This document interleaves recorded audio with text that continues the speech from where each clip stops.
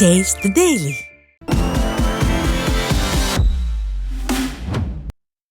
திமுக ஆட்சியை நம்பி இனியும் ஏமாற தயாராக இல்லை என்று அனைத்து வளமைய பட்டதாரி ஆசிரியர்கள் முன்னேற்ற சங்கத்தின் மாநில தலைவர் ராஜ்குமார் கூறியுள்ளார்.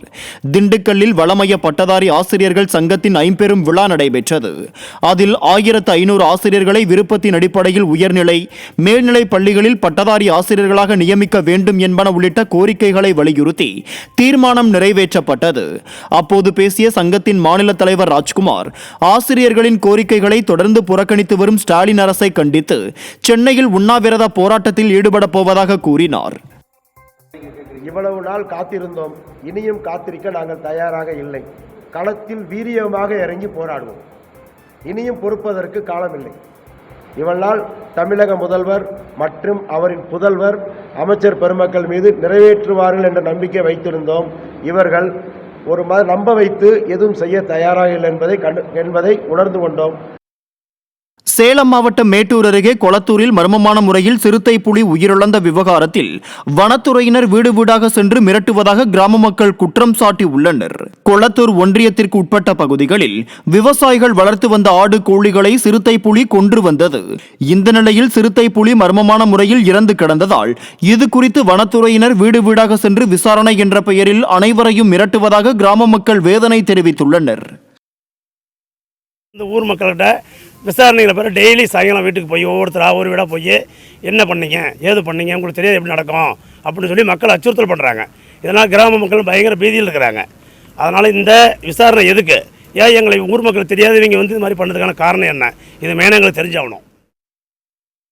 சிவகங்கை மாவட்டம் காரைக்குடி அருகே இடி தாக்கி 2 பெண்கள் உயிரிழந்தனர்.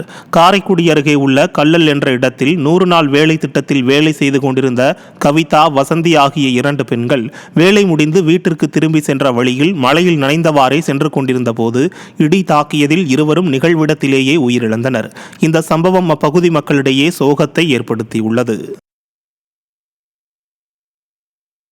காரைக்கால் கடற்கரையில் உள்ள மின்கம்பங்களில் மின்கசிவு ஏற்படுவதால் பொதுமக்களுக்கு ஆபத்து ஏற்படும் சூழல் உருவாகியுள்ளது. தினம்தோறும் சிறுவர்கள் முதல் பெரியவர்கள் வரை வந்து செல்லும் காரைக்கால் கடற்கரையில் ஏராளமான மின்கம்பங்கள் உள்ளன. இந்த மின்கம்பங்களை முறையாக பராமரிக்காததன் காரணமாக மின்கசிவு ஏற்படுகிறது. இதனை டெஸ்டர் மூலம் ஒருவர் அம்பலப்படுத்திய நிலையில் மின்கசிவை உடனடியாக சரி செய்ய வேண்டும் என்ற கோரிக்கை எழுந்துள்ளது.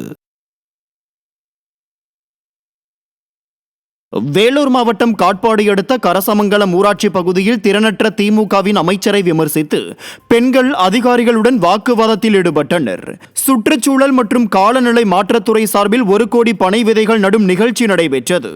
இந்த நிகழ்ச்சிக்கு தாமதமாக வந்த ஸ்டாலின் அரசின் அமைச்சர் துரைமுருகனை விமர்சித்து 100 நாள் வேலை திட்ட பெண்கள் அதிகாரிகளுடன் வாக்குவாதம் செய்தனர்.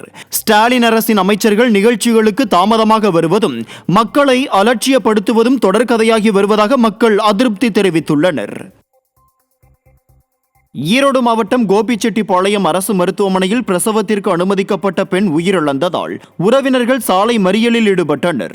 சுண்டப்பாளையம் பகுதியைச் சேர்ந்த மைத்திலி என்பவர் பிரசவத்திற்காக கோபிச்செட்டிப்பாளையம் அரசு மருத்துவமனையில் அனுமதிக்கப்பட்டுள்ளார். இந்த நிலையில் குழந்தை பிறந்த பின்னர் மைத்திலிக்கு இரத்தப்போக்கு அதிகம் இருப்பதாக கூறி கோபி அரசு மருத்துவமனையில் இருந்து கோவை அரசு மருத்துவமனைக்கு மாற்றப்பட்டுள்ளார். அங்கு சிகிச்சை பெற்று வந்த மைத்திலி உயிரிழந்ததால் அவரது இறப்பில் சந்தேகம் இருப்பதாகவும் இறப்பிற்கு காரணமானவர்கள் மீது உரிய நடவடிக்கை எடுக்க வேண்டியும் உறவினர்கள் சாலை மறியலில் ஈடுபட்டனர்.